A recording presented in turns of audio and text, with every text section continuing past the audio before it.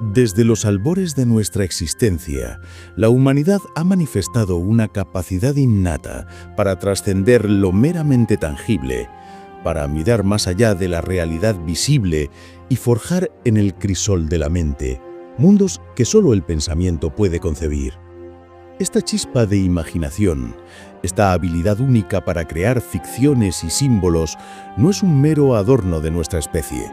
Es en verdad el motor fundamental que impulsó nuestra evolución, que cimentó nuestras sociedades y que nos permitió construir las complejas civilizaciones que hoy habitamos. Hoy nos adentraremos en una de esas maravillas, una pieza de arte ancestral que desafía nuestra comprensión y revela la incipiente conciencia de un pasado remoto, un eco de la mente humana que se atrevió a soñar y a materializar lo imposible. Su historia, entretejida con el devenir de épocas turbulentas y silencios prolongados, nos invita a reflexionar sobre la esencia misma de lo que nos hace humanos. Nuestra travesía comienza un caluroso 25 de agosto de 1939, cuando el anatomista Robert Bethel y el geólogo Otto Bolsing realizaban las últimas labores de su excavación en la remota cueva Holsteinstadel, ubicada en el suroeste de Alemania. Era el ocaso de su trabajo, su último día, y justo cuando se disponían a guardar sus herramientas, tropezaron con un hallazgo que cambiaría para siempre la narrativa de la historia del arte. Cientos de diminutos fragmentos de marfil de mamut, evidentes por sus tallas, que revelaban una innegable manipulación humana. El tiempo apremiaba y la inminente sombra de la Segunda Guerra Mundial se cernía sobre Europa. Las prioridades cambiaron drásticamente y tanto Bethel como Bolsing fueron llamados a filas. Así, los valiosos fragmentos fueron recogidos apresuradamente y depositados en el Museo del Ulm, donde tristemente quedaron olvidados durante 3 largas décadas, eclipsados por las urgencias de un conflicto global que transformó el destino del mundo. No fue hasta 1969, en un acto de serendipia arqueológica y una notable perseverancia, cuando el arqueólogo Joachim Hahn decidió desenterrar el pasado, retomando el estudio de aquellas piezas olvidadas. Con una paciencia infinita y una visión extraordinaria, Hahn comenzó la ardua tarea de encajar los fragmentos, cual si de un rompecabezas cósmico se tratase, uniendo cerca de 200 piezas para dar forma a algo asombroso.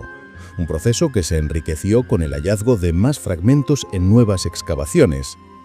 Este esfuerzo titánico culminó con la revelación de una figura erguida, de unos 30 centímetros de altura, que exhibía una combinación que la naturaleza jamás había concebido. Un cuerpo humano coronado por la imponente cabeza de un león. Bautizada como el hombre león de Stadel, esta enigmática escultura, cuya antigüedad se estima en unos 40.000 años, gracias a las pruebas de datación por carbono, no solo se erigió como una de las esculturas figurativas más antiguas jamás descubiertas, sino que su significado trasciende la mera cronología. Lo que el hombre león nos desvela sobre la mente de nuestros ancestros es en efecto mucho más profundo de lo que nuestra imaginación inicial podría abarcar, pues constituye la evidencia más prístina y contundente de la capacidad humana para plasmar en una obra artística aquello que no tiene existencia en el mundo real, la representación de un ser puramente imaginario, nacido del fértil terreno de la fantasía humana. Bienvenidos a La Mirada del Vigilante.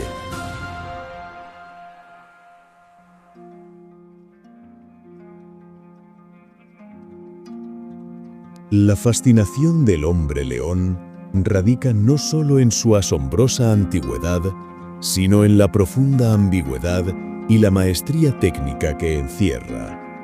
Su composición, con la cabeza de un león cavernario, un predador formidable y extinto hace milenios, que se diferenciaba del león africano actual por la ausencia de melena, sobre un cuerpo humano, tallado con el majestuoso marfil de mamut, el animal más grande y venerado de su tiempo, sugiere una intencionalidad simbólica profunda, lejos de cualquier capricho fortuito. Esta fusión, de lo más temible y lo más imponente del mundo natural de nuestros antepasados, el león y el mamut, apunta a un significado que trasciende lo literal, a un mensaje codificado en la piedra que aún hoy intentamos descifrar. Investigadores debaten si la figura representa a un hombre león, a un humano con atributos felinos, a un chamán ataviado con piel de león o incluso a un león antropomorfizado, es decir, un animal elevado a la condición humana. Algunos, basándose en la ausencia de melena, sugieren incluso que podría tratarse de una leona. Para muchos especialistas, esta deliberada ambigüedad entre lo humano y lo animal no es casual, sino precisamente la clave de su sentido, actuando como un puente simbólico entre dos mundos, una manifestación material de un ser híbrido que encapsula la compleja relación de nuestros ancestros con su entorno y su propia identidad. Pero esta no fue una obra de ocio, un pasatiempo fugaz. Jill Cook, experta del Museo Británico en Arte de la Edad de Hielo, la describe como una escultura muy detallada, muy difícil de realizar y artísticamente brillante. Tallar el hombre león exigió un conocimiento íntimo del marfil como material, habilidades técnicas altamente desarrolladas, un manejo experto de distintas herramientas y una inversión de tiempo extraordinariamente considerable.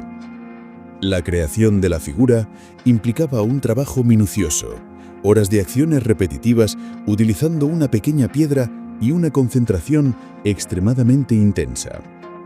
Experimentos, como el realizado por el artista Wolf Hein, han demostrado que una réplica realizada con técnicas y herramientas de la Edad de Hielo podría haber requerido más de 400 horas de trabajo meticuloso y una concentración intensa, un testimonio de la dedicación necesaria. La destreza evidente en la escultura sugiere que su creador no era un novato, sino un artesano consumado, para quien aquella no debió ser su primera obra. Todo esto se realizó en un contexto de Europa glacial, un mundo precario y hostil donde las temperaturas gélidas, los inviernos largos y duros y la escasa esperanza de vida, apenas superando los 30 años, hacían que la subsistencia fuera la prioridad absoluta. En un entorno donde cada hora se dedicaba a conseguir alimento, a mantener el fuego encendido y a protegerse de los depredadores, la pregunta crucial emerge: ¿por qué una comunidad al límite de la supervivencia permitiría tal dedicación a una obra de arte?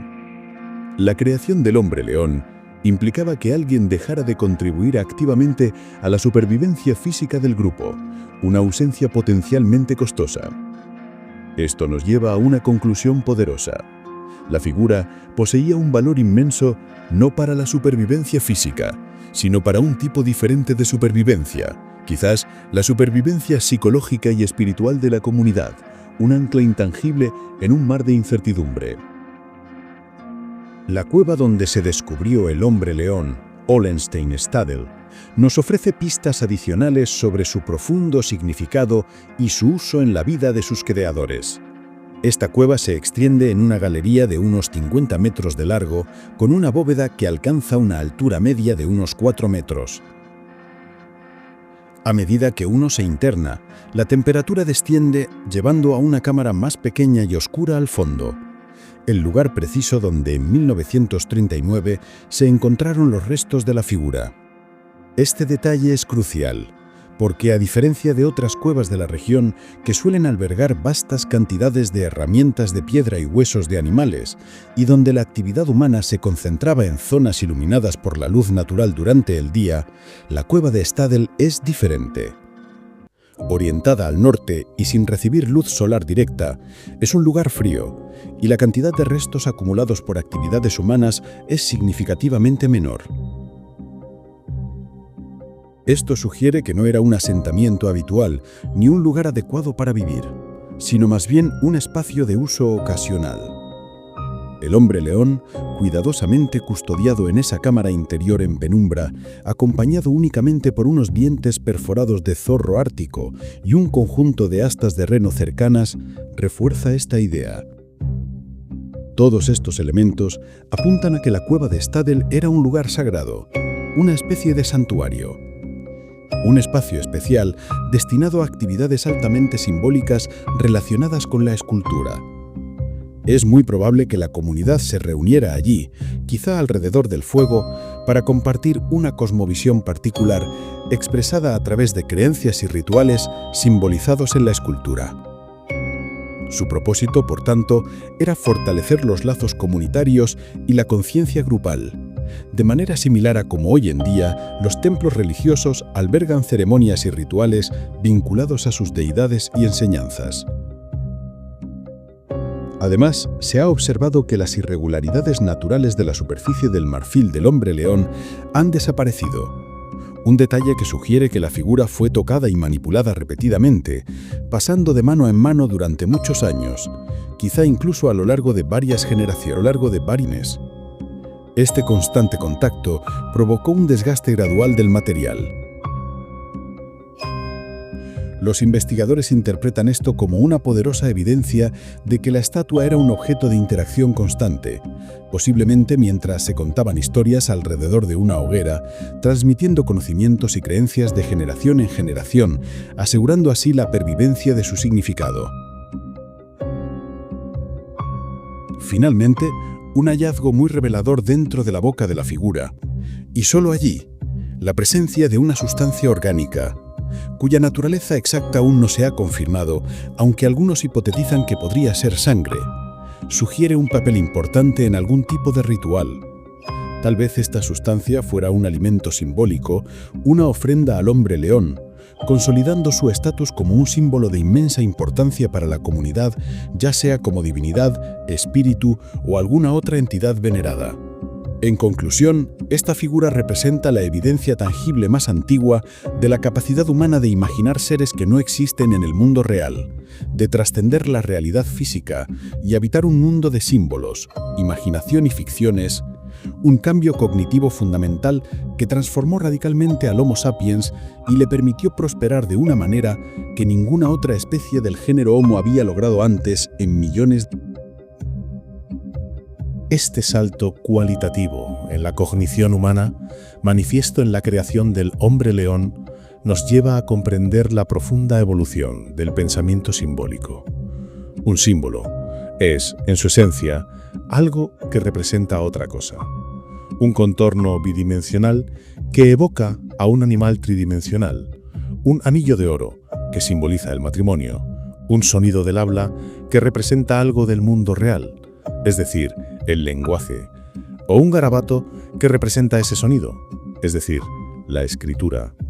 Esta capacidad de crear símbolos desde cero es una hazaña mental extraordinaria y exclusiva del ser humano, que exige que la mente se libere de las ataduras de la realidad literal y sea capaz de ver más allá de lo que existe físicamente. Sin embargo, el pensamiento simbólico no apareció de repente, ni surgió de la nada. Fue un proceso gradual que se remonta a millones de años, e incluso no es exclusivo del Homo sapiens. Hace 3 millones de años, en Sudáfrica, un australopithecus africanos encontró un guijarro de jaspe rojo que por su desgaste natural parecía un rostro, y quedó tan fascinado que decidió conservarlo, transportándolo a varios kilómetros de su origen. El canto de Makapan's Gat, como se conoce a esta piedra, es el primer ejemplo conocido de Manuporto, un objeto natural trasladado intencionadamente sin modificaciones, que sugiere una temprana capacidad de identificación simbólica, fundamental para el posterior desarrollo del arte y el lenguaje. Los primeros indicios claros de este pensamiento se remontan a hace unos 2,6 millones de años, en África, con la industria lítica. La fabricación de herramientas de piedra, rudimentarias al principio, ya implicaba la capacidad de concebir mentalmente una herramienta útil a partir de una piedra, imaginando un filo cortante donde no lo había. Con las hachas de mano, cuyas más antiguas datan de hace 1,76 millones de años, los primeros Homo tuvieron que imaginar la herramienta terminada dentro de un bloque de roca y guiar sus manos para materializarla. Pero fueron más allá de lo puramente pragmático. Dedicaron tiempo y esfuerzo a embellecer sus herramientas, a veces usando materiales difíciles de trabajar pero atractivos, sugiriendo que muchas de estas piezas servían como símbolos de estatus para quienes las poseían, para atraer pareja o señalar pertenencia a un grupo. Esta evolución cognitiva fue lenta, resultado de múltiples factores, pero experimentó un crecimiento pronunciado, una explosión cognitiva entre hace 100.000 y 50.000 años. El aumento del tamaño cerebral y la reorganización de regiones como el neocórtex y el lóbulo prefrontal fueron favorecidos por la selección natural. El pensamiento simbólico otorgó ventajas cruciales a nuestros antepasados: la capacidad de prever futuros escenarios y posibles peligros, diseñar herramientas más eficientes, planificar estrategias de caza complejas, mejorar la comunicación y, en general, organizar mejor sus acciones para garantizar la supervivencia del grupo. Indicios genéticos y fósiles sugieren que neandertales y humanos arcaicos ya poseían un lenguaje mucho más complejo y comportamientos simbólicos avanzados como enterramientos intencionales con objetos, la fabricación de herramientas elaboradas y pinturas rupestres de más de 64.000 años, anteriores incluso a la llegada del Homo sapiens a Europa. Sin embargo, entre 100.000 y 50.000 años atrás, en el Homo sapiens, las presiones sociales, grupos más grandes, necesidad de comunicación y cohesión, redes de intercambio y alianzas, los desafíos ambientales, cambios climáticos rápidos del Pleistoceno tardío, la glaciación, que exigían planificación a largo plazo y diversificación, y la acumulación de conocimientos culturales impulsaron el pensamiento simbólico a niveles sin precedentes. Esta acumulación cultural, transmitida de generación en generación, permitió que la capacidad cognitiva se desplegara plenamente, de la misma forma que han hecho falta milenios de desarrollo matemático para llegar a la física cuántica moderna, o milenios de ingeniería para los vehículos actuales. Así, hace unos 40.000 años, el Homo sapiens alcanzó la cúspide de su evolución cognitiva, capaz de esculpir el hombre león, una evidencia palpable de su pensamiento simbólico avanzado y su profunda espiritualidad. La verdadera trascendencia del pensamiento simbólico avanzado no reside solo en su capacidad de crear, sino en la de compartir ficciones. Gracias a esta facultad, no solo podemos comunicar información sobre el mundo real, sino también sobre realidades que no existan en absoluto, como el mensaje: el león es el espíritu guardián de nuestra tribu, infinitamente más complejo que un simple alerta, un león. La ficción no solo nos permitió imaginar individualmente, sino hacerlo colectivamente, construyendo mitos compartidos que resultaron fundamentales para la cohesión de grandes grupos de individuos y una cooperación flexible a gran escala. A diferencia de las abejas o las hormigas, que cooperan rígidamente en grupos muy numerosos, pero solo entre miembros de la misma colonia, o de lobos y chimpancés, que lo hacen de forma flexible pero solo en pequeños grupos íntimos, el Homo sapiens, gracias a su capacidad de crear ficciones, logró una cooperación flexible que abarca millones de individuos. Esta habilidad ha permitido a nuestra especie conquistar y dominar el mundo entero. El hombre león de Stadel podría ser la evidencia más antigua de esta ficción humana, una con la función social inconsciente de cohesionar a un grupo de individuos para que cooperen bajo una red común de creencias y mitos que los identificaban como comunidad.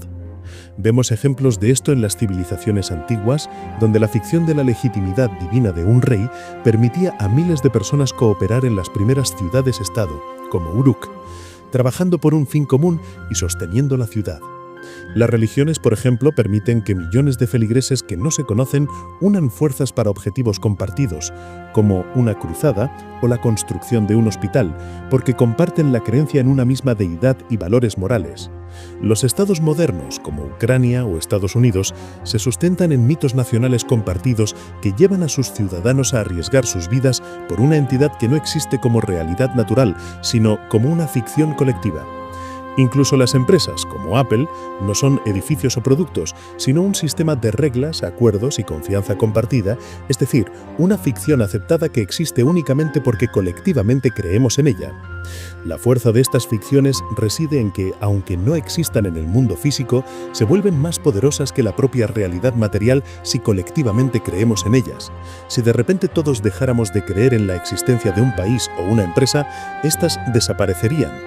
Si las hipótesis de los expertos son correctas, el hombre león sería esa ficción primigenia, la manifestación de un dios, un espíritu protector, un antepasado venerado, un chamán o un ser onírico. A lo largo de la historia, en culturas tan diversas como la egipcia, diosa Sekhmet, la gran esfinge, la mesopotámica, leones alados de Istar, la griega, león de Nemea, la india, Narasimha, el avatar de Vishnu, o la china, leones Shishi, el león ha simbolizado poder, protección, valentía y realeza. Incluso en la heráldica medieval y el cristianismo, el león representaba la nobleza, la realeza y la figura de Cristo. La existencia de otras figuras híbridas como la diosa Sekhmet o Narasimha, con cuerpo humano y cabeza de león, sugiere que la idea de combinar el intelecto humano con la fuerza del león era recurrente y cargada de significado. El hallazgo de una escultura similar en la cueva de Hohlfels, así como pinturas rupestres con criaturas híbridas en Francia, el chamán de Taspec o el hombre bisón de Gabiou, refuerza la hipótesis de que el hombre león tenía un papel destacado en la mitología y quizás en las prácticas chamánicas de los primeros grupos humanos del Paleolítico Superior. En esencia, el hombre león de Stadel, esta ficción de 40.000 años de antigüedad, en lo fundamental no difiere de las complejas ficciones que sustentan nuestras sociedades actuales. Todas cumplen la misma función trascendental: fortalecer la cohesión y la cooperación dentro de las comunidades humanas, permitiéndonos construir un mundo que trasciende la mera supervivencia física y se adentra en el reino de lo posible, un mundo forjado por la imaginación compartida. Dicho todo esto, lo dejamos en este punto. No quisiera irme sin antes decirles, como siempre, ámense, quiéranse mucho y ante todo y sobre todo, sean muy felices. Hasta el próximo video.